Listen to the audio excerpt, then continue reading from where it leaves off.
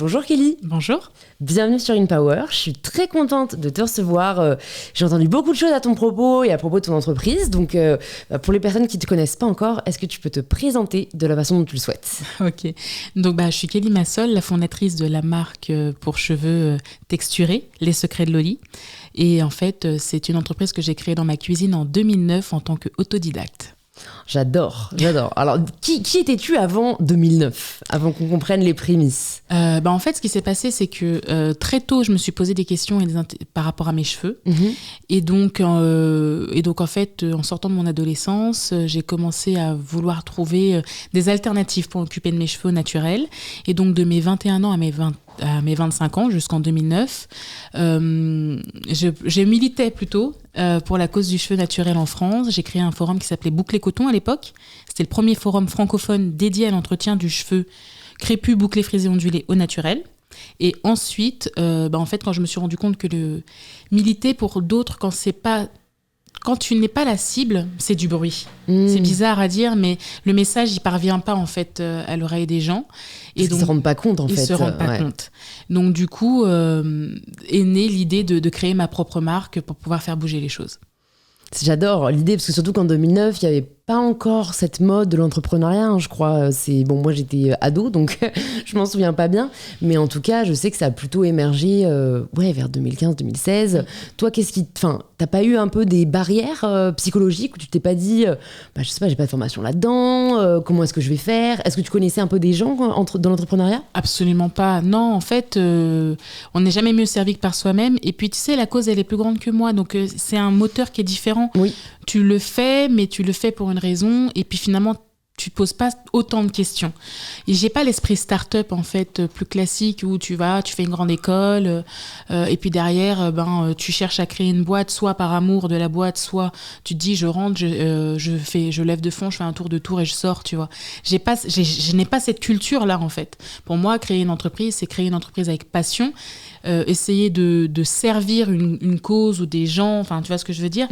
Et ensuite, voilà. Donc, du coup, des difficultés techniques, forcément, j'en ai eu. J'en ai eu parce que je suis autodidacte en formulation cosmétique. J'ai appris à formuler moi-même mes propres produits dans ma cuisine.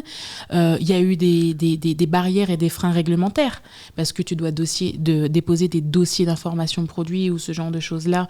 Et donc ça, normalement, c'est des gens qui ont Bac+5 qui sont censés faire ça. Mais j'apprends constamment. Et en fait, c'était super intéressant.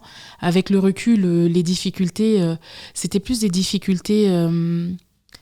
c'est manque de réseau. Bon, le manque d'argent, on a tous un manque d'argent.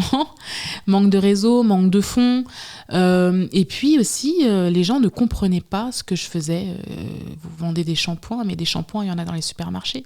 C'était plus la compréhension du marché. Plus se faire recaler sur le terrain quand on te dit mais il y a déjà une offre et que tu dis non, il n'y a pas d'offre, il n'y a personne qui s'occupe de ça. Et tu dois faire comprendre et tu passes pour une luluberlu quand tu dis non mais il y a un marché, il y a des produits, des cheveux, on doit s'en occuper comme ça et pas comme ça se fait. On dit mais vous n'avez pas une recette magique, enfin je veux dire c'est quoi votre truc en plus ? C'est plus ce genre de difficultés-là qui m'ont marqué en fait. Ouais. Parce que les autres, en fait, c'est juste en effet peut-être un manque de connaissances, mais qu'on acquis au fur et à mesure du temps, et qui font que en fait, l'expérience est la meilleure des formations. Ça, je pense que quand on est entrepreneur, on s'en rend vraiment compte. Est-ce que tu te projetais déjà un peu plus jeune dans l'entrepreneuriat ? Qu'est-ce que tu voulais faire quand tu avais 14-15 ans ? Alors, quand j'avais 14-15 ans, je voulais être avocate. Avocate ou juge, donc ça, j'ai foiré ma première année de droit et j'ai commencé à travailler très tôt parce que de base, je suis une enfant de l'ASE, je ne sais pas si tu vois ce que c'est l'aide sociale à l'enfance, la DAS. D'accord. Parce que je me suis fait placer à l'âge de 13 ans donc en famille d'accueil. Et en fait, à 18 ans, le processus, en fait, tu deviens jeune majeur et à 21 ans, on coupe tes financements. D'accord. Donc en fait, soit je faisais des longues études et j'arrivais à me les financer par moi-même en travaillant, soit, et en fait, à 21 ans, j'ai essayé le droit, ça n'a pas fonctionné. Je me suis mis à travailler parce que j'avais pas de ressources, de famille derrière pour pouvoir aller dans cette voie-là. Et alors, tu me dis, si jamais t'es pas à l'aise d'en parler, mais alors, je pense qu'il y a vraiment une méconnaissance par rapport à ce que c'est, tu vois, aussi d'être placé en famille d'accueil.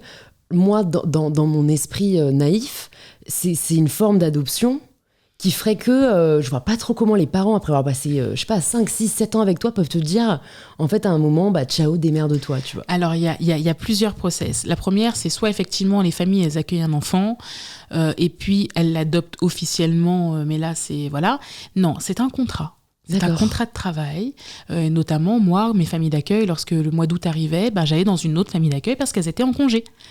D'accord. Donc, c'est un contrat de travail. Ouais. Il y a une relation qui se crée entre toi et la famille d'accueil, plus ou moins forte. Il y a eu des familles où ça n'allait pas, c'était pas, voilà. Il y a eu des familles où les liens étaient très forts, au point où il y en a une qui voulait prendre sa retraite. Elle m'a dit, écoute, moi, je pars vivre à Toulouse. Est-ce que tu veux venir avec moi ou sinon je prends ma retraite, tu vois. Donc, on n'est pas forcément placé. Il y a pas de contrat d'adoption. Soit tu vas en foyer, donc en fait il y a plein de jeunes, c'est voilà. Et moi j'ai demandé à être placée en famille d'accueil, tu vois.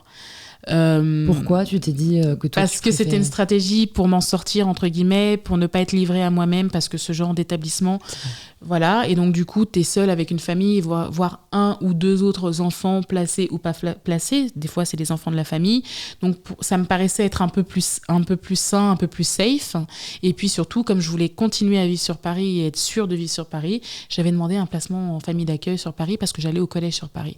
Donc c'est quelque chose je sais que c'est quelque chose qui a joué fortement en ma faveur, en tout cas dans l'évolution de mon parcours. Ensuite, en ce qui concerne le projet, c'est-à-dire que à 21 ans, le contrat s'arrête entre toi, l'État et l'éventuelle famille d'accueil, ou toi, l'État et l'éventuel foyer d'étudiants où tu dors et tu vis. Ouais. Ok, écoute, merci d'en parler parce que je pense que voilà, c'est pas encore assez connu. Non, du tout. Et surtout, est-ce que t'as pas eu peur de cette étape dans ta vie où tu savais que voilà, t'avais une espèce de date de fin, de soutien, quoi. Bon, d'un côté, j'imagine c'est ça qui a fait ta force et ta maturité, mais comment t'appréhendais, tu vois, à 19-20 ans, la suite ? C'est vrai que c'est une bonne question. Si tu veux, je me suis jamais mis de barrière. Donc, à 19 ans, à 19-20 ans, mon premier appart, c'était un appartement de 70 mètres carrés à Boulogne, tu vois, que je partageais en colocation. Pour moi, ça me paraissait extrêmement simple et facile, tu vois, alors que d'autres personnes galèrent. Donc, j'ai jamais mis de barrière et je pense que si tu te mets pas de barrière psychologique, tu peux faire ce que tu veux, quasiment quand tu veux et comme tu le veux. Je pense que je réfléchis peut-être à l'envers, mais c'est toujours comme ça que j'ai réfléchi, et ce, depuis le plus jeune âge. Cette date des 21 ans fait souvent peur aux enfants qui sont placés, parce qu'après, ils sont vraiment livrés à eux-mêmes. À 21 ans et un jour, t'es dehors. C'est comme ça. Donc, les éducateurs vont essayer de te préparer à ça, faire en sorte que tu attrapes un job étudiant, que tu aies bien rempli ton dossier de bourse, etc., etc. Mais 21 ans et un jour, t'es dehors. T'as une date de péremption. C'est fou, hein. C'est dit comme ça fait réfléchir. Bon, en tout cas, toi, tu arrives du coup à Boulogne. Et dans quel secteur tu t'orientes maintenant que du coup tu te dis les études, non, ça serait trop chronophage et je vais commencer à bosser. J'ai été spécialisée en télécommunications, donc sur tout ce qui était à l'époque nouvelles technologies. Donc j'ai travaillé chez les grands opérateurs, Orange, SFR, j'ai refusé Bouygues. Et donc j'étais spécialisée en nouvelles technologies. Donc j'ai connu l'avènement en fait de la 3G, les premières visios, ce genre de choses, et j'étais au service technique de chez Orange et je testais en fait ce genre de choses-là. Quand il y avait des remontées, en fait, on testait avec les clients et puis on améliorait les process parce que c'était totalement inconnu à l'époque. Ouais, totalement, c'est fou. Ouais. Et c'est pendant que tu faisais ça que tu as commencé à te dire en parallèle... Sur Internet. C'est là où j'ai pris le goût à Internet, c'est là où j'ai pris le goût au forum, à la discussion en ligne, etc., etc. J'étais un peu hyper connectée, entre guillemets. Et c'est là où je me suis intéressée donc, au monde du naturel, à discuter avec des femmes. Il y avait une certaine sororité sur le forum Boucle et Coton. C'était 15 000 femmes à la fin qui étaient réunies. Et pour l'époque, alors que les réseaux sociaux n'existaient pas, c'était énorme. Ouais. Donc, le forum a été créé. Ensuite, on a ouvert une association parce qu'on s'est rendu compte que c'est bien de discuter en ligne, mais il faut passer un petit peu à l'action. À l'époque, il n'y avait pas, juste pour te dire, de banque de données d'images où il y avait des femmes à cheveux naturels, des femmes afro-métissées à cheveux naturels. Donc, nous, à l'époque, on faisait nos propres shootings photos pour pouvoir illustrer les articles, les newsletters ou ce genre de choses. Et on les mettait sur Internet pour que les gens puissent les réutiliser, pour pouvoir voir d'autres personnes avec d'autres visages et d'autres textures, déjà à l'époque. Est-ce que, là aussi, ça va être très naïf de ma part, mais voilà, c'est vraiment une question que je me pose. Pourquoi est-ce que tu penses que jusqu'en 2010, 2011, 2013, il y a eu cette invisibilité des femmes aux cheveux texturés? On vit dans un monde avec beaucoup de carcans, beaucoup de cases. Je pense aussi qu'il y avait une super dépendance avec un certain monde de la beauté aussi. C'est ça. C'est que finalement, il y a une génération, entre guillemets, de personnes qui a cherché à rentrer dans un moule. Et la génération d'après, dont je pense faire partie, et dont tu fais partie, tu ne veux pas rentrer dans ce moule parce que le moule, il est trop petit ou tu es trop grande pour le moule, tu vois. Et tu ne t'en excuses pas. Alors que d'autres personnes, pour s'intégrer dans la vie de tous les jours, éviter les remarques, t'as les cheveux... tu sais, pour éviter cette remarque, tu t'es coiffé avec un pétard, tu vois ce que je veux dire, ou autre, s'attacher les cheveux, se lisser les cheveux pour rentrer dans la case, pour se fondre dans la masse. Et nous, aujourd'hui, avec l'avènement des réseaux sociaux, on ne veut plus se fondre dans la masse. On veut être unique et c'est ça qu'on met en avant aujourd'hui. Et c'est la différence entre ces 10 ans, c'est les réseaux sociaux. C'est vrai, ça a vraiment permis en fait à chacun et chacune de s'exprimer. Et c'est plus les médias qui donnaient à voir ce qu'ils voulaient bien montrer, c'est nous qui avons commencé à nous montrer et à montrer la diversité. C'est ça. En fait, la diversité vient des réseaux, la diversité de beauté, de couleur de peau, de texture de cheveux, même juste de mode de vie. Tu vois ce que je veux dire ? Chacun fait ce qu'il veut, comme il veut. La famille monoparentale, il y a plein de choses. La famille recomposée, il y a plein de choses en fait qui sont passées à la vue de tous, mais qui n'étaient pas mis en avant, entre guillemets, par les principaux relais et médias, en fait, traditionnels. Ouais. Quand est-ce que j'ai pu voir dans mon enfance des femmes à cheveux bouclés, rondes ou peau mate en couverture ? Ça se compte sur les doigts d'une main. C'est ce que Lizzo disait dans son discours très récemment, là. Je l'ai pas vu, mais... T'as pas vu, elle disait tout ce que je voulais voir quand j'étais enfant, c'était une femme ronde comme moi, noire comme moi et belle comme moi. Et les larmes aux yeux, quoi. Et c'était trop touchant. J'ai pas vu, mais c'est exactement ça, en fait. La représentativité est extrêmement importante. Parce qu'en fait, si tu te sens pas représenté, t'as deux voies. Soit tu cherches à te casser pour rentrer dans un moule, soit tu sors de la société et tu vis plus avec les autres. Mais pour te protéger et par rébellion aussi. Donc, et c'est dommage en fait. C'est dommage parce qu'il y a plein de gens qui ont été incompris ou qui ne se sont pas vus et qui se sont sentis marginalisés par la société. Parce que ta beauté n'est pas commune. Parce que tu peux avoir à l'époque, tous les traits d'une femme noire ou métissée étaient pas forcément aujourd'hui avec l'avènement des Kardashians, grosses fesses, grosses bouches, gros seins.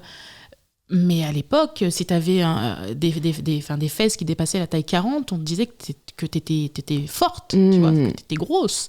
Aujourd'hui, la rondeur, désirable. C'était désirable. Ça prouve bien que les standards de beauté sont totalement arbitraires. Et en 10 ans, ils changent extrêmement vite et ils changent extrêmement vite avec les réseaux.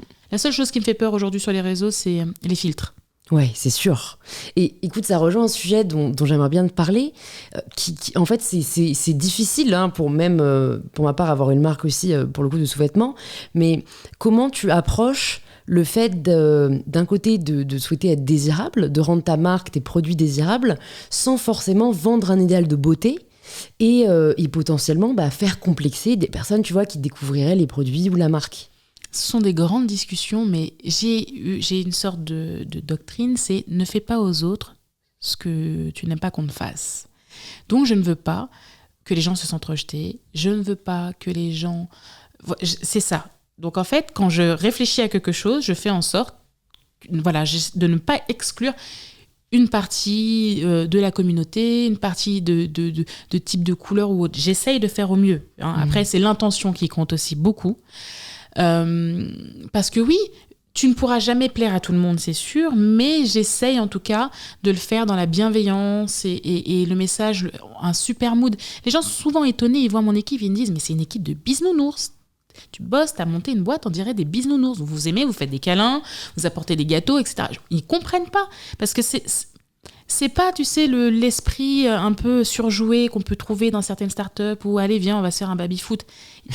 Non, c'est vraiment avant profond, tout, quoi. c'est de l'humain avant tout, on s'inquiète des uns des autres. Et en fait, à travers ma communication, j'essaye en tout cas de faire en sorte que tout le monde, en tout cas, même si tu t'es pas représenté, tu sentes le mouvement, tu sentes la chaleur. Et le slogan de la marque, c'est Always with Love. Et en fait, l'amour, c'est universel quand même, tu vois. Ouais. Ce sentiment d'appartenir à un mouvement qui t'apprécie, c'est universel.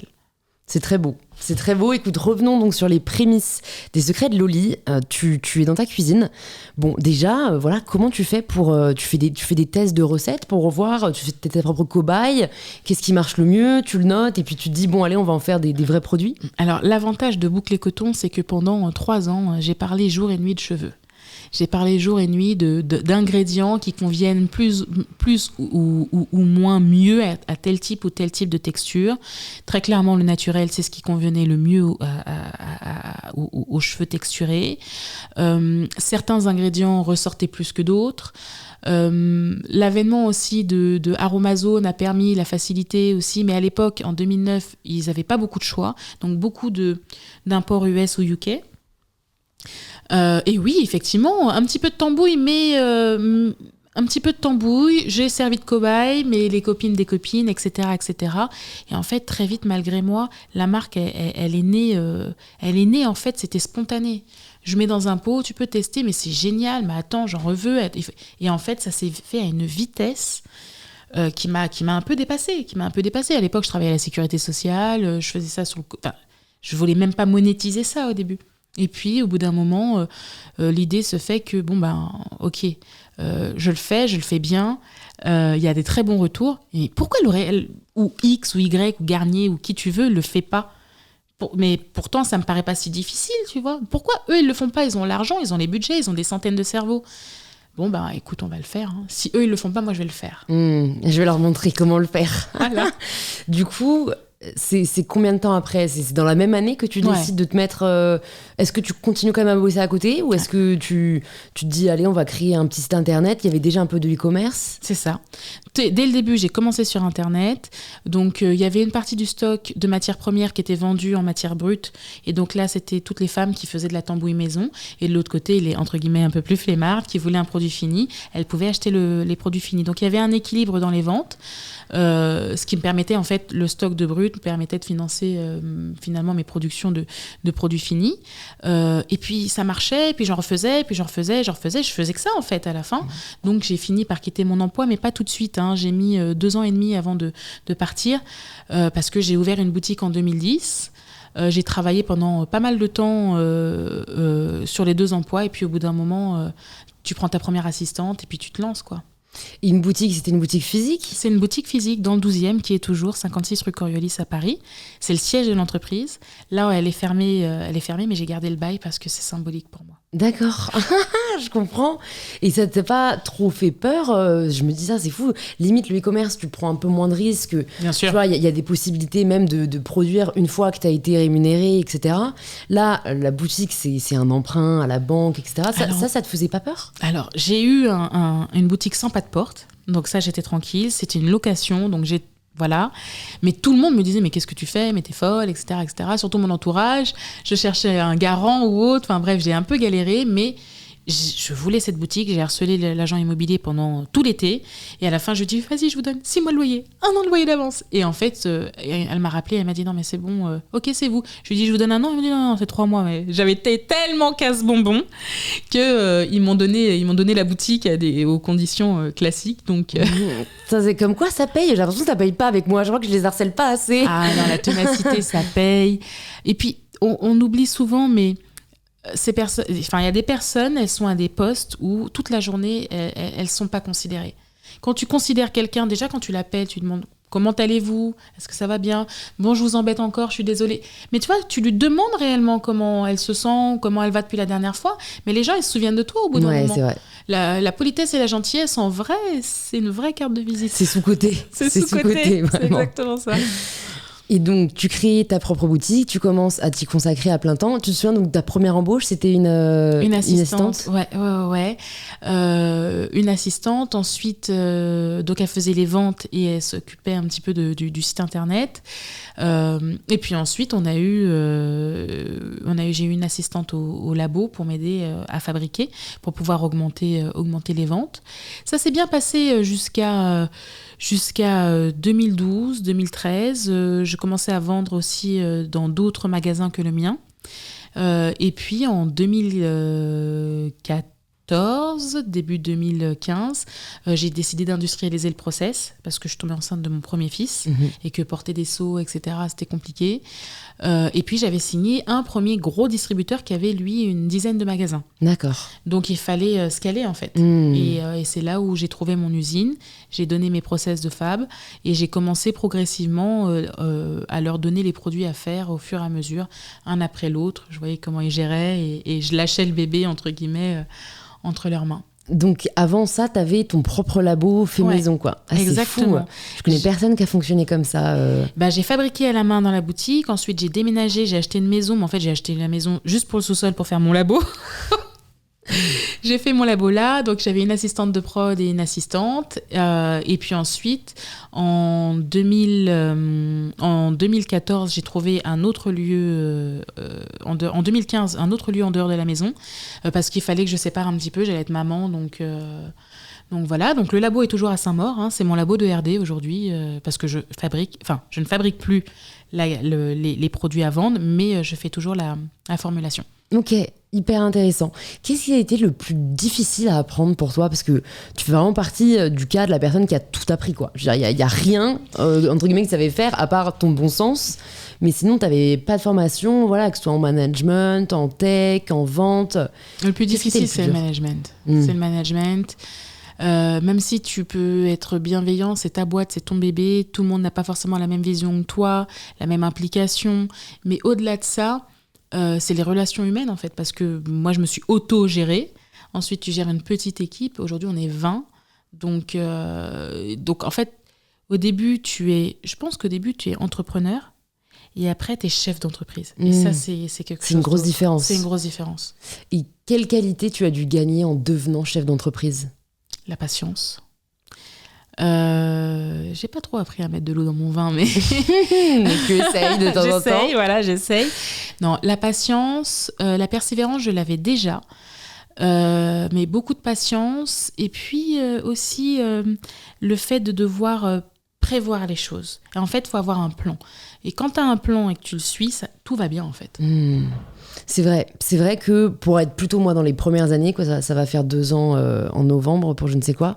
En fait, moi je suis quelqu'un de très organisé, qui adore faire des plans, des stratégies, etc. Mais en fait, t'as pas le temps d'en faire dans les premières années, quoi. Non, au début, t'es dans la réaction. T'es dans la réaction totale. Et voilà. C'est assez frustrant, hein.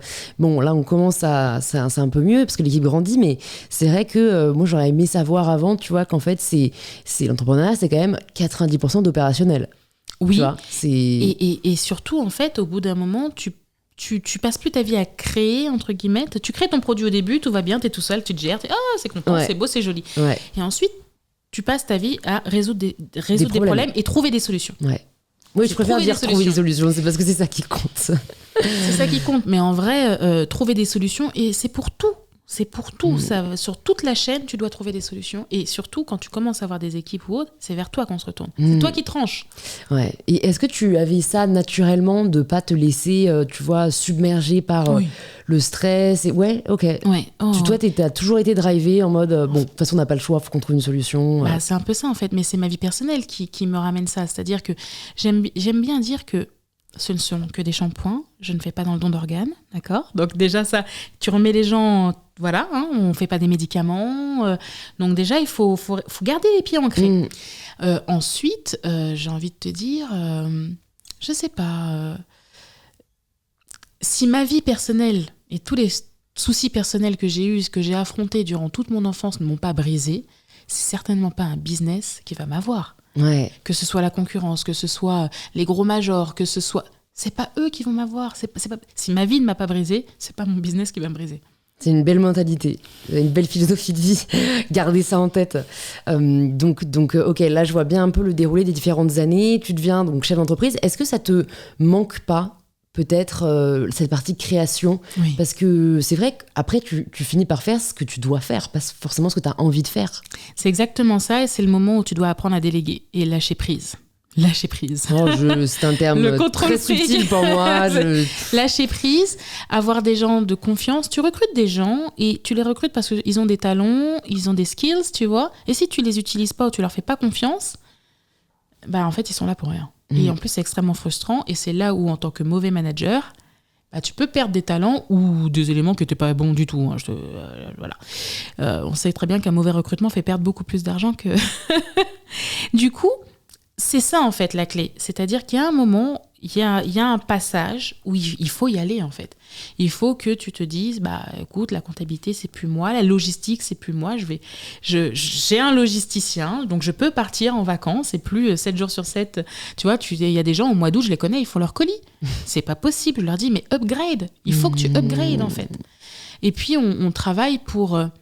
On travaille pour quelque chose de plus grand, pour kiffer, déjà. Il y a ça aussi, pour prendre du plaisir. Sinon, on retourne dans le salariat. Ouais, c'est sûr. Tu as tes horaires. En tout cas, un message à faire passer, c'est que tu ne travailleras jamais autant qu'en tant qu'entrepreneur. Ouais. Tes semaines, elles ne font pas 35 heures, elles en font 70 minimum. Tu vis, tu respires, tu manges. Il n'y a pas de vacances. Même si physiquement, tu n'es pas à ton travail, il y a une charge mentale qui est latente.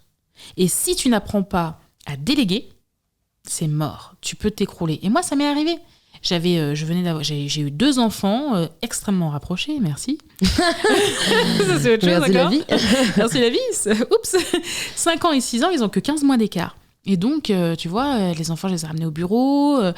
J'étais, mais surbookée. J'ai pas de famille, moi, de mon côté. Ouais. Donc, j'étais surbookée. Et un jour, je me suis levée, je me suis retrouvée écroulée dans mes toilettes, les pompiers, les fesses à l'air, la civière par la fenêtre, enfin, la totale, tu vois. Ah ouais, quand même. Et on te dit, vous avez des carences sur tout. Vous avez plus d'hémoglobine, vous avez plus rien, tu vois. Vous êtes juste épuisé. Et en fait, c'est là où mon collègue qui était directeur du développement, il m'a dit, non mais stop en fait. Et il a dit à toute l'équipe, on la sollicite plus. Tout est filtré par moi. On fait une liste de questions. On la mobilise tant de temps seulement. Voilà. Bon, je suis revenue très vite dans le bain parce que c'est ma boîte, c'est que voilà. C'est aussi ton énergie, quoi. Énergie, exactement. Mais ce garde-fou-là, tu te dis, non, en fait, il faut apprendre à déléguer, il faut faire confiance à ton équipe. Il y a des fois, tu fermes un peu les yeux, tu te dis, j'aurais pas fait comme ça. Mais en vrai... Ouais. Better done than perfect. Ouais.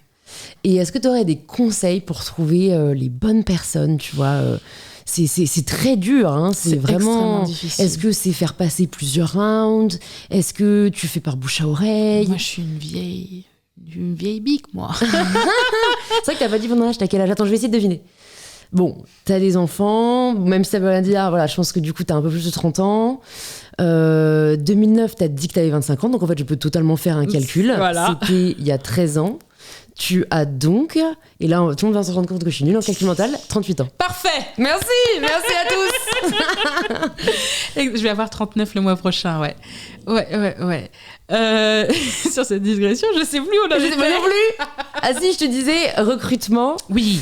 Quels sont des conseils un peu pour avoir c'est extrêmement... pas faire l'erreur, parce qu'une erreur de temps en temps, fine, mais en fait, tu vois... Une erreur peut te coûter très très cher. Ouais. Moi, j'ai failli perdre ma boîte sur une erreur de recrutement et une frustration créée avec les non-dits. D'accord. Waouh. Franchement, j'ai eu un procès. Tu nous racontes ? J'ai eu un procès d'une apprentie pour propriété intellectuelle parce que je lui avais demandé de réaliser un dessin, etc. pour mes packaging. Je l'ai guidée, je lui ai donné les infos. Et en fait, elle a oublié, mais je lui ai montré une photo d'inspi.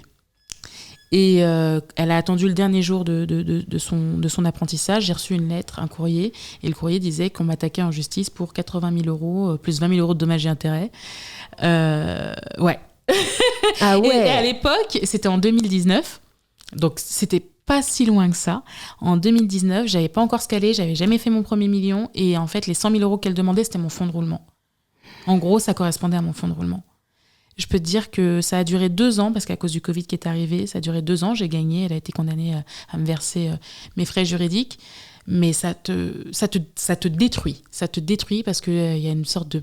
T'as peur. Ouais. Quand tu fais un recrutement derrière, t'as peur. Ouais. J'ai failli perdre ma boîte comme ça parce que quelqu'un lui a dit t'as pas signé un truc, tu devrais aller voir un avocat. Et puis l'avocat, il a dû se dire la vieille méchante patronne qui exploite la vieille apprentie. Alors que j'ai eu de la chance de garder toujours mes anciens téléphones. Je sais pas pourquoi, enfin je sais maintenant. Et en fait, c'était eurodaté et franchement, ça ressemblait beaucoup et ça a aidé dans le dossier, etc. etc. Non, c'était incroyable. C'est une histoire qui a failli me briser. Et en fait, il y avait un mauvais mood cet été-là dans ma boîte. Et tout un service, en fait, s'est écroulé parce qu'une pomme, entre guillemets, vérolée, contamine tout le reste, tu vois. Ouais. Et en fait, en juillet 2019, on s'est retrouvés à 3 dans la boîte. Personne ne le savait.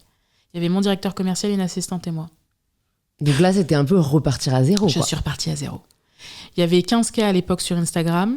On a recruté Amélie, qui est notre responsable marketing aujourd'hui. Elle avait que 24 ans. Elle arrive, je lui dis, tu vas gérer une équipe de com ? Et en fait, elle est arrivée, elle a fait son premier jour et le lendemain, ils sont tous mis en arrêt. Ouais. Ah ouais. Tu connais un putsch ? Ah ouais. C'était horrible. Et donc là, tu te remets en question, il y a plein de choses. Tu te remets en question, tu te dis, mais qu'est-ce qui se passe ? Qu'est-ce que j'ai raté ? Et en fait, en janvier ou février, j'ai dit, cette année, on va se caler. On y va. L'objectif, c'est 1,2. Tu vois, je suis très transparente. 1,2 million. On te dit, ouais, génial, etc. L'année d'avant, on avait fait 750, je crois. Ouais, génial, t'inquiète, etc. Je dis, vous adhérez au plan, hein. Ouais. Et puis en fait, tu vois que toute l'année, le truc s'écroule parce que tu commences à demander aux gens des résultats. Et tout d'un coup, ça se dégonfle, en fait, entre guillemets. Et puis, c'est là où se créent des frustrations. Toi, t'attends quelque chose de l'autre. Et puis, éventuellement, les autres se... Et donc, voilà. Et en juillet 2019, apothéose, l'équipe, elle pète en plein vol. Tout le monde pense que, voilà. Et en vrai, on n'est que 3. Et on recrute Amélie. Amélie me dit, bouge pas, je vais gérer, c'est pas grave. Et juillet et août, elle est toute seule. Elle recrute elle-même sa propre apprentie en septembre. Et Amélie, elle est rentrée chargée d'influence marketing, 15 000 followers en juillet 2019, je me rappellerai toujours. Et là, aujourd'hui, on a 192 000 followers. Et on fait que de l'organique. Vous faites zéro paid ? Zéro paid. Ah oui, c'est incroyable. Ouais, c'est un travail. Là, t'as trouvé une pépite, là. Ouais. J'ai trouvé une pépite, mais surtout, on crée nos relations avec des gens qui partagent les mêmes valeurs que nous. Alors oui, à Noël, tu fais une opération de paid avec de l'influence, mais le reste de l'année, on communique et on crée de l'engagement et on crée du contenu en interne et on essaie de faciliter la vie aux clients, en fait. Ouais. Et c'est pour ça qu'on a été élu, il y a eu un classement sur LinkedIn. En juillet, on était la 3e marque mondiale avec le meilleur taux d'engagement dans la beauté en capillaire. Avant moi, c'est Lolavie et Gilo Beauty. Et on est la seule marque française dans le top 10. Incroyable, c'est une belle récompense. Notre taux d'engagement est belle reconnaissance. Ouais. Et là, on est passé 4e parce que le mois d'août, j'avais envie de dire. Mois d'août, merde. Mois d'août, quoi. Ouais. Mais voilà. Mais parce que vous faites passer un vrai message, que vous avez une communauté. C'est ce que tu disais sur le recrutement. Cette claque-là a été tellement violente que c'est pas qu'on s'en fiche de tes diplômes, mais tu peux avoir 2 CV, 2 diplômes équivalents. Nous, maintenant, c'est uniquement au fit qu'on le fait. Si on sent que la personne va s'imbriquer dans l'équipe et qu'elle a l'état d'esprit, c'est elle qu'on va prendre. Maintenant, on recrute. Oui, bien sûr, on te demande des choses minimum. Hein. Tu peux pas être directrice de telle... Mais ce sera ton mood et cette façon de travailler en équipe, etc., etc. Je le ferai pas à la meilleure placée. Non, c'est fini ça. Mais j'aimerais bien avoir du coup ton avis sur la question parce que toi qui du coup n'as pas fait d'études, en tout cas supérieures, tu es comment face à un CV ? Est-ce que tu as quand même ces exigences parce que ça rassure, parce que... Il y a 2 types de choses. La première, c'est quand même un sarcasme de la vie quand même que moi j'ai des apprentis en chimie parfois, bac plus 4, 5, et c'est moi qui leur apprends comment fabriquer un cosmétique. Donc ça... Tu t'es rendu compte que ça voulait pas toujours dire quelque chose. Voilà, donc ça c'est pas un souci. Non, c'est pour ça que ça est devenu au mood, à l'esprit, tu vois, des gens, de où est-ce qu'ils en sont, s'ils sont épanouis dans leur vie ou pas. Il y a ça aussi, tu vois, qui est hyper important. Au-delà de son CV. Ouais. Bien sûr que si je te demande de coder, il faut que tu saches, tu vois. Mais au-delà de ça, ça va vraiment être ton état d'esprit. Là, maintenant, à qualité équivalente, ou même parfois, il y a des nanas, elles n'ont pas le CV, elles sont comment on appelle ça ? En reconversion, et on va les prendre, et ça va matcher. Parce qu'elle a l'esprit, qu'elle veut apprendre, qu'elle est passionnée, tu vois. Ça nous est arrivé 2-3 fois, là. On a 2-3 cas dans mon équipe, c'est ça. Elle faisait pas dans la com, elle faisait pas dans le commerce, elle faisait pas dans la beauté. Et pourtant, ça se passe hyper bien et elles sont hyper épanouies. C'est vrai que je pense qu'on peut pas... En fait, des compétences, ça s'apprend, mais l'état d'esprit, ça s'apprend pas, quoi. C'est ça. Mais t'as tout dit. Mais t'as tout dit. Et moi, je sais que ça peut te détruire une équipe. Et le pire, c'est que la pomme pourrie peut aller pendant très longtemps, même sur des gens qui ne se sont pas forcément croisés. Mais il y a des relents d'actions, de choses qui ont été faites qui font que, tu vois, pendant très longtemps, tu ressens encore les effets d'un mauvais recrutement. Est-ce qu'avec le recul, t'es contente d'être passée par là ? Ouais, parce que ça m'est arrivé juste avant de Scalé. Ouais.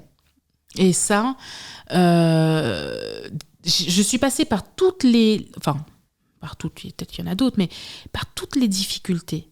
Le management, l'autofinancement. J'ai jamais eu un financement bancaire.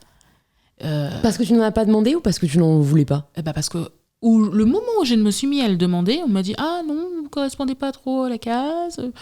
Non, c'est pas passé. » Enfin, c'est vraiment. Donc, moi, tu me fais un refus, tu me fais 2 refus, 3 refus, c'est bon. Enfin, même pas. C'est pas grave, on va le faire. On va le faire avec l'appel à la pioche. Tu vois.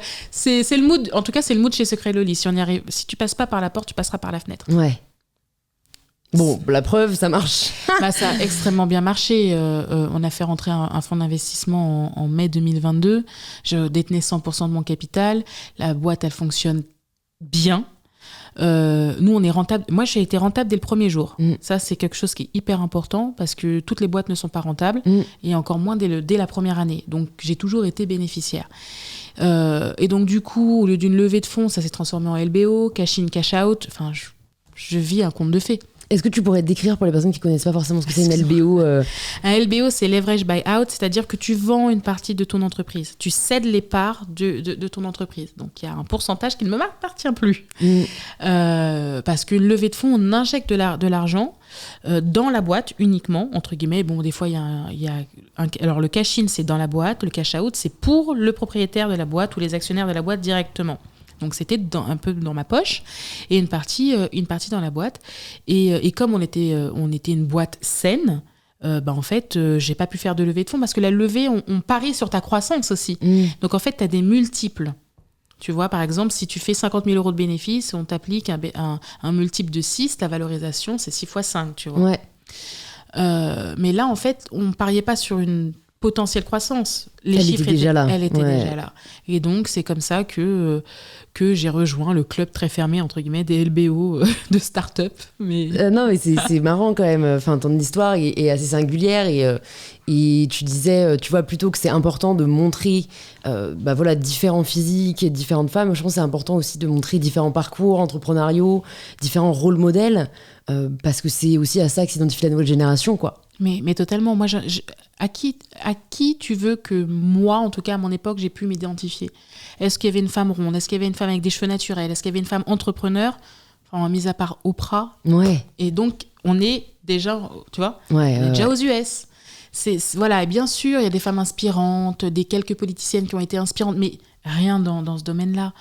Aujourd'hui, je communique un peu plus ou je m'ouvre un peu plus parce que je me dis que j'ai un rôle à jouer pour montrer aux gens que c'est possible. Tout comme ma marque maintenant. Alors c'est bizarre parce que tout à l'heure je disais le militantisme ça peut paraître être du bruit, mais là je travaille sur un projet qui est peut-être le plus gros de toute ma carrière, tu vois. Le but c'est de lancer un mouvement, le but c'est de révolutionner ce marché et de mettre en avant tous ces visages, toutes ces textures qui n'ont pas été mises en avant, tu vois. Tu me dirais je pourrais rester au chaud, ne prendre aucun risque et dites acheter mes shampoings, mais en fait non. Là je me dis maintenant t'as fait rentrer un fond tout et tout, il faut repartir se mouiller encore, tu vois. Sinon pourquoi tu fais ça? Franchement il y a plus aucun intérêt sinon.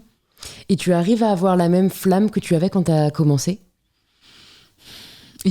Forcément, il y a eu des moments où tu dis, mais en vrai, non, je suis quelqu'un qui... En fait, ce qui m'excite dans ce projet, c'est que j'étais pas destinée à ça.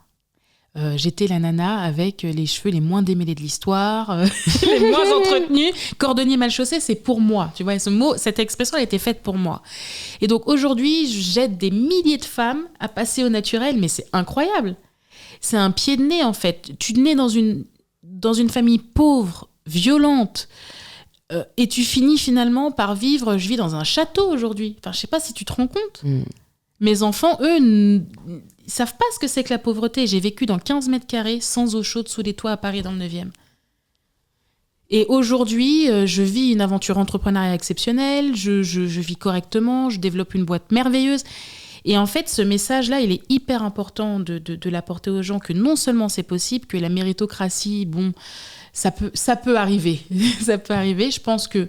Voilà. Mais surtout, ce qui m'excite dans le projet, c'est que j'aime pousser et voir jusqu'où je peux mener ça. Parce qu'au début, c'était, est-ce que je vais arriver à avoir une marque ? Créer une marque dans sa cuisine. Ensuite, c'est une boîte rentable.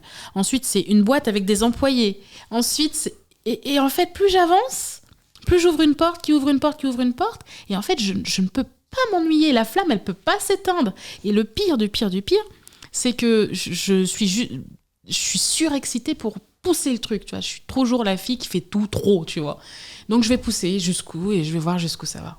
Est-ce que y a un moment où tu te dirais ok, là j'ai atteint ce que je voulais atteindre, quand Oprah utilisera tes produits? Non, mais quand je serai sur le plateau d'Oprah, là, je dirais ouais, là c'est vrai, t'as bien raison. Là, oui, là c'est un goal life. Pourquoi viser petit quand on peut viser gros? Voilà. Mais tu sais, j'ai une sorte de liste de goal life et j'en ai déjà parlé. Et en fait, je mets toute la liste de tous mes rêves, de tous les trucs que j'aimerais réaliser. Et en fait, c'est un tel kiff de rayer un truc quand tu l'as fait. Voilà, c'est pas que je suis hyper ambitieuse, c'est juste que là, c'est un challenge avec moi-même en plus. Ouais, tout à fait. L'idée, c'est pas de se comparer aux autres. J'emmerde personne, je suis dans mon coin. Les gens me disent, mais tu communiques pas beaucoup, mais je comprends pas, on ne voit pas partout. Mais en fait, je suis dans mon coin, je suis concentrée. En fait, je me bats contre moi-même. Donc ça, c'est pour la partie un peu ethnocentrée et égoïste. Et de l'autre côté, franchement, quand tu reçois les messages d'amour, parce qu'il y a des fois, c'est des vrais messages d'amour, de remerciements, de gens, tu te rends compte qu'il y a des gens qui utilisent mes j'arrive toujours, regarde, quand je t'en parle, j'ai la chair de poule. J'arrive toujours pas à capter qu'il y a des gens qui utilisent un produit qui à l'époque était fait pas, qui a été développé, formulé par moi tous les jours dans leur salle de bain. C'est incroyable. C'est un impact énorme. Qu'est-ce que tu t'es dit dans ces moments difficiles? Tu nous en as parlé d'un, j'imagine qu'il y en a eu d'autres. Pour, tu vois, remonter la pente, pour te motiver. Le plus dur de tout. Le moment le plus dur de toute ma vie, ça a été quand ma vie personnelle s'est fracassée en même temps que ma vie professionnelle. La boîte, elle s'appelle Les Secrets de Loli parce que mon oncle m'appelait Loli depuis l'âge de 5 ans. Mon oncle, c'était vraiment l'homme de ma vie, ma figure paternelle, enfin bref. Et on était hyper liés. Et en fait, je suis tombée enceinte en janvier 2015. Et au mois d'avril, il répondait pas au téléphone et il m'avait donné un conseil pour aller voir un client. Et ce client, d'ailleurs, maintenant, c'est mon directeur général. Et en fait, il répondait pas au téléphone, il répondait pas. Et en fait, j'y suis allée, j'étais enceinte de 5 mois. J'ai ouvert la porte et il était mort. Et là, en fait, tu te prends une claque de la vie. Tu portes la vie, t'es enceinte de 5 mois. Et il est là, quoi. Il est là, et il est inanimé. Et je comprends pas quand les pompiers te disent on peut rien faire. Mais si, faites quelque chose. Et en fait, il est défibrillateurs. Oui, mais alors comme dans un film, tu crois dans Urgence. Et en fait, il était déjà mort peut-être depuis 24 heures, tu vois. Ouais. Et ça, là, tu te dis, tu dois tenir ta boîte, tu dois tenir cette grossesse alors que tu veux juste mourir, tu vois. Tu veux juste pleurer, tu veux juste hurler, mais tu ne peux pas. Et à la fois, c'est ce qui m'a sauvé la vie, en fait, d'être enceinte et d'avoir cette boîte, parce que j'avais un projet, des employés qui comptaient et qui comptaient sur moi, ouais. Et j'avais cette vie que je portais, tu peux pas faiblir, en fait. Et ça a été le moment le plus difficile de toute ma vie. Mais je suis sûre que si j'avais pas été enceinte et que j'avais pas eu ma boîte, j'aurais sombré. j'aurais sombré. Il faut trouver des passions qui sont extérieures à nous. Comme ça, ton bonheur ne dépend pas d'une personne. C'est ça. Et c'est un truc que j'ai réalisé tôt parce que je me dis, mais placer son bonheur dans les mains de quelqu'un d'autre, c'est vraiment prendre le risque d'être détruite par cette même personne. Exactement, et puis de tout perdre en fait. Ce que j'aime vraiment dans mon histoire, c'est que je suis maître de mon histoire et je décide si c'est oui ou si c'est non. Il n'y a personne. Et encore là, j'ai fait rentrer un investisseur, il est minoritaire. Donc je suis maître de mon bateau. Tu vois, pendant 13 ans, je l'ai été. Et je le suis encore. Et ça, c'est une des plus belles victoires entrepreneuriales que je peux avoir, tu vois. Si demain, je décide de lancer un nouveau produit ou autre, j'ai quasiment pas de compte à rendre, tu vois. Et ça, c'est magique. Ouais.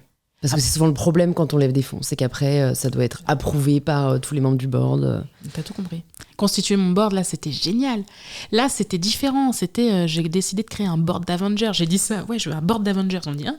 Je suis allée chercher des gens, je leur ai parlé, j'ai échangé et j'étais animée par le projet. Et c'est des gens qui sont incroyables, qui ont bossé dans des gros groupes et qui m'ont dit, ouais, à fond. Tu vois, et ça, c'est magique. Est-ce qu'avant ce LBO, ça me serait arrivé ? Je suis pas sûre. Mais c'est une aventure incroyable. Il y a une question que je me pose depuis le début, j'aimerais bien avoir ton avis.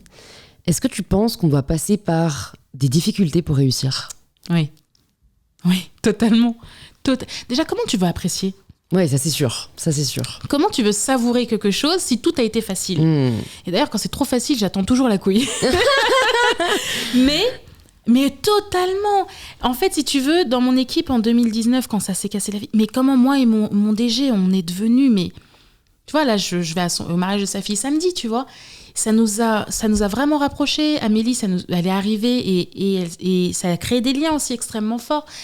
Si j'avais pas connu ça, je pense que je serais pas aussi vaillante. Il faut garder ça en tête quand on passe des moments difficiles, que ce soit dans la vie personnelle ou dans la vie professionnelle. Tu le dois, hein, parce que et mieux vaut qu'il t'arrive tôt. Ouais. Parce que si ça m'était arrivé, là, ça m'était vraiment arrivé au mauvais moment, tu vois, fonds de roulement, 100 000 €, c'est pile le moment où t'es fragile. Aujourd'hui, ça m'arrive, j'en ai rien à faire, tu vois. Mais tu dois manger ton pain noir, parce que comment tu veux gérer une boîte si tu n'as jamais eu de soucis et que c'est quand t'es gros là et que les budgets sont plus importants et que les décisions sont plus importantes. Par exemple, un budget télé, c'est 100 000, 200 000, 300 000, 500 000 €. Si tu ne sais pas gérer une campagne à 50 000, comment tu veux gérer une campagne à 500 000 ou à 5 millions ? Tu dois manger ton pain noir sur ce genre de choses et tu dois aussi apprendre en commençant step by step en fait. Sinon, comment tu peux gérer des budgets ? Moi, je me rappellerai toujours quand mon DG il m'a dit « Aujourd'hui, on parle de 500 €, 5 000 €. Mais tu verras, un jour, on parlera de budget de 50 000 ou de 500 000. » Mais il a raison, j'ai validé un budget à plus de 1 million il n'y a pas longtemps. Et c'est passé comme une lettre à la poste. Alors qu'avant, une fois, je me rappelle, j'ai pris un cachet, j'avais une migraine. J'ai dit « On en parle demain, là. » Et j'avais mal au crâne.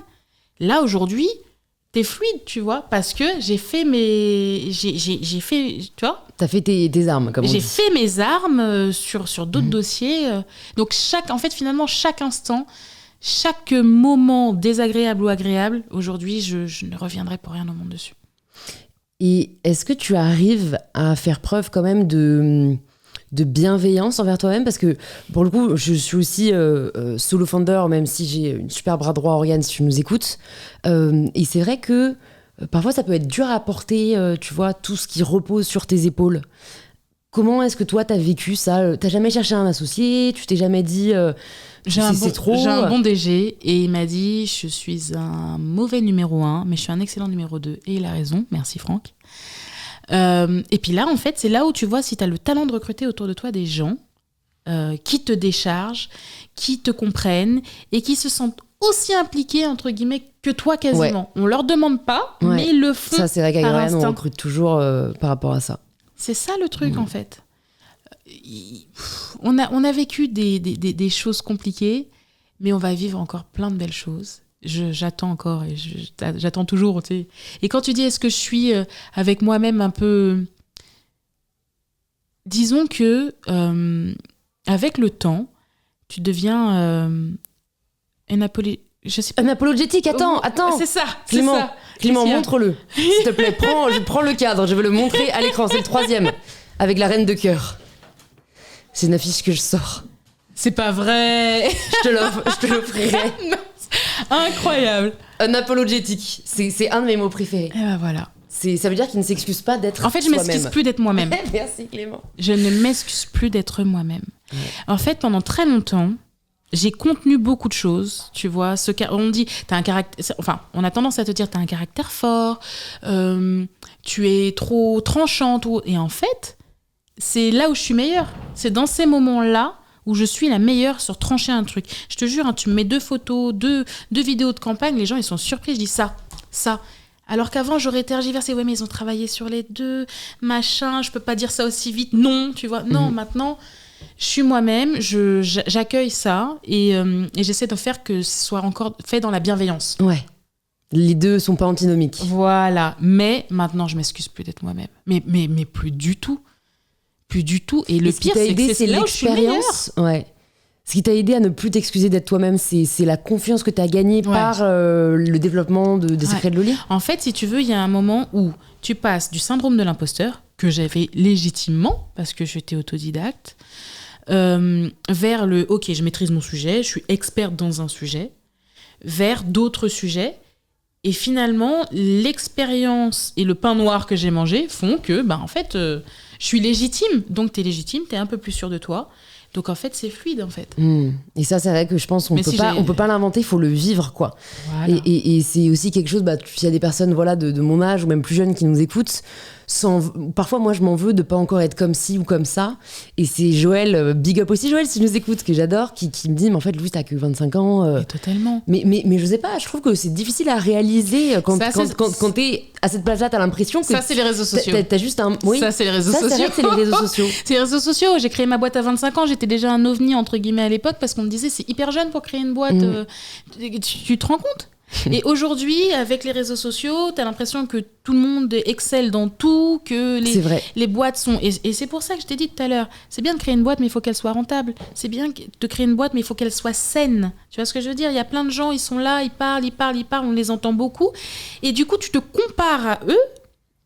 Mais en fait, non, on a chacun notre chemin et surtout chacun notre timing. Il faut que les planètes, elles s'alignent. Quand j'ai fait le process de LBO, les planètes, elles se sont, entre guillemets, alignées. 2 ans avant, je disais jamais je le verrai de fond de ma vie. Et ensuite, un matin, tu rencontres quelqu'un, c'était Samuel de My Jolly Candle, qui me dit moi, attends, tu rigoles ou quoi ? À ta place, si, j'aurais pris le golden ticket et je me serais barrée. Je dis, mais je vais jamais vendre ma boîte, il est malade celui-là. Et puis ensuite, tu croises une autre copine qui dit j'ai croisé une fille, elle est avocate, elle est spécialisée en levée de fonds. Bon. Et puis tu recroises cette fois-ci une journaliste, une rédactrice en chef qui te dit non mais attendez, les chiffres que vous avez, moi je les vois, les indices, ce que vous faites c'est incroyable. Je dis mais de quoi ils me parlent ces gens-là ? Et en fait, si tu veux, de juin 2021, tu vois, il s'est passé qu'un an. T'as vu ou pas ? Ouais. Juin 2021, il y a quelqu'un qui me dit ça, une deuxième que je rencontre, et l'autre qui me dit ça en septembre. Je dis bon, et là je me lance dans le process. Et là, tu te rends compte que les gens, ils sont excités par ton projet et que ce que tu as réalisé, en fait, ce que tu as réalisé déjà est beau, tu vois. Et là, après, tu t'y vas, en fait. Tu te dis, écoute, en fait, j'ai fait quelque chose et c'est beau et c'est sympa. Et en plus, je m'éclate encore. Donc, continuons. Ouais, très belle philosophie. Comment est-ce que tu progresses ? Franchement, je progresse en me diversifiant, entre guillemets, sur plein de sujets. En ayant toujours constamment des nouveaux projets. Mais c'est très difficile pour moi de rien avoir sous le coude. Je pense que c'est un défaut et une qualité, mais je pense que tu progresses en travaillant sur des nouveaux projets. Tu apprends des nouvelles choses, tu prends des nouveaux contacts, tu absorbes des nouvelles énergies qui font que tu te dépasses constamment et surtout que tu apprends d'autres choses. Je pense qu'il faut constamment être curieux et constamment sortir de sa zone de confort. C'est comme ça qu'on atteint les zones magiques. C'est ça en fait, les zones que tu ouvres une porte, qui ouvre une porte, qui ouvre une porte. Trop cool. Est-ce que tu aurais une ressource à nous recommander, que ce soit un livre, un film, une série, qui t'a marqué ? J'ai beaucoup aimé Karma Sutra qui est un livre sur le développement personnel, notamment avec des règles fondamentales, qui te permet un petit peu d'être toi-même et d'atteindre en fait quelque chose en toi que tu t'étouffes constamment, tu vois, que tu te retiens. Je suis trop ci, je suis pas assez ça. Ça te permet d'aller dérouler en fait, parce que tu te rends compte que en fait tu es ton pire ennemi et ton meilleur ami, hein, mais tu es vraiment la personne qui t'empêche de dépasser les choses, tu vois. Il faut que ton état d'esprit soit ouvert et que tu ne... En fait, moi, j'ai toujours rêvé grand. Alors qu'il y a des gens, leurs rêves, ils sont à une dimension autre qui est la leur, hein, tu vois. Mais moi, rien ne me fait peur dans le cadre de ça, en fait. Tu vois, quand je t'ai mis Oprah là sur ma liste... elle est sur la liste. Ouais. C'est un goal. Et est-ce que tu mets en place certaines méthodes pour essayer d'atteindre ces rêves qui sont dans la liste, ou tu laisses faire, tu vois, le temps? Alors, je laisse faire le temps, mais tu surveilles quand même. Hein. Par exemple, moi, dans mon goal life, il y avait déjà vivre dans un château. Je l'ai aussi. J'espère pouvoir dire aussi dans 10 ans. Mais tu peux totalement. Enfin, je veux dire, tu peux totalement. Moi, j'avais une copine qui vivait dans ce château, elle est partie, j'ai récupéré son bail. Enfin, je veux dire, le truc hallucinant, tu vois. J'avais rentré, que ma marque rentre chez Monoprix. Elle est rentrée en mars 2020, mois du Covid. Et ça se passe super bien et on est la meilleure vente, tout capillaire confondu. Oh là là! C'est tombé là. C'est incroyable. C'est incroyable. Donc, et en fait. Pourtant, Monoprix, j'ai mis en place des choses pour y arriver et advienne que pourra. Et en fait, tu vois, on est rentré dans un des magasins qui fait partie du même groupe. On a été dans le top 3 et même la meilleure marque en capillaire. Et c'est remonté jusqu'au siège. Et là, on nous a appelés. Tu vois, c'est une porte qui ouvre une porte, qui ouvre une porte. Quand j'ai signé le client, je savais qu'il faisait partie du groupe et je savais qu'il fallait que je sois excellente pour que, tu vois, il y a un plan, même s'il n'est pas officiel, il y a un plan et tu positionnes tes billes juste pour. Et il y a plein de choses que j'ai faites comme ça. Même si tu affiches pas officiellement et tu vas pas crier partout « je veux ci, je veux ça », mais tu mets en place tes pions pour, et c'est ce que je disais tout à l'heure, avoir un plan. Ouais. Est-ce que tu te poses concrètement au début de chaque année en mode « bon, allez, cette année ». Oui. C'est ça les objectifs ? Oh, totalement. Ok. Totalement. Et puis même des fois je revois ma liste, qu'est-ce que je peux rajouter à cette liste ? Bon, mais totalement. Tu te poses avec toi-même ou avec d'autres hein, parfois, et puis qu'est-ce que j'ai envie de faire ? Et ça là, sur la prochaine campagne que je vais démarrer, c'est exactement ce que j'ai fait. Au début on me propose des plans, etc. Et puis je dis non. J'ai fait une liste idéale et après j'ai dit, et alors j'ai pas pu avoir toute ma liste, hein, c'est pas Noël, mais j'ai fait une liste de Noël et franchement 8 choses sur 10 y sont et on a réussi à faire rentrer ça dans le budget, etc., tu vois. Mais c'est vrai que parfois on s'auto-censure. Il faut oser demander, oser faire. J'irai plus loin, des fois il faut même oser, en fait il faut juste le verbaliser. Même avec toi-même, parce que c'est difficile d'annoncer aux autres que tu veux être multimillionnaire, que tu veux que ta marque soit numéro 1 partout. On va dire, mais c'est quelle péteuse celle-là ? Donc ça, je l'ai gardé. Mais moi, je me le suis dit. Tu vois ? C'est sur ma liste. Et le fait de verbaliser les choses, et c'est la différence entre enfin, pour moi, hein, je ne donne pas de leçons, hein, mais c'est la différence entre un rêve et un objectif. C'est que tu l'as verbalisé ou que tu l'as écrit quelque part. Et que tu as un plan. Vos rêves ne manquent plus qu'un plan à votre rêve pour que vous l'accomplissiez. Écoute, j'ai 2 dernières questions pour toi, Kelly. Si jamais tu pouvais entendre quelqu'un au micro d'InPower, qui est-ce que ce serait ? Alors, si je devais effectivement écouter quelqu'un au micro, c'est la fondatrice ou plutôt la cofondatrice de La Rosée. Ok, super. Bah écoute, marque de skincare. Ok, je me renseignerai sur tout ça. Et maintenant, j'ai la question signature du podcast. Ok. Ça signifie quoi pour toi, prendre le pouvoir de sa vie ? Prendre le pouvoir de sa vie, c'est... ça se rapproche beaucoup de ce que tu as dit tout à l'heure. Ne pas mettre dans les mains des autres la clé de ton bonheur, déjà. Et prendre le pouvoir de sa vie, c'est faire ce qu'on veut, quand on veut, et avec l'amour et la passion qu'on a. Pour moi, c'est ça, prendre le pouvoir. Et être assez fort pour le dire au monde. Bah, merci de l'avoir fait. Merci beaucoup. Kelly. Écoute, c'était hyper enrichissant. Merci beaucoup pour tout ton témoignage. Pour les personnes qui veulent te suivre et qui veulent en savoir plus sur les secrets de Loli, où est-ce que tu veux qu'on les redirige ? Alors, il y a 2 choses. Vous pouvez aller directement sur le compte de la marque, Les Secrets de Loli, donc sur Instagram. On est 192 000. Venez. On veut fêter les 200 000. Les 200 000, ouais. Ouais, bientôt. Et c'est l'objectif là, du trimestre. Et sinon, si on veut suivre mes aventures, que ce soit entrepreneuriales ou de maman, c'est sur Instagram aussi, Lolispoon, LOLYSP2ON. Super, je mettrai tout ça dans les notes du podcast et j'espère à très bientôt. À bientôt, Merci. Kelly.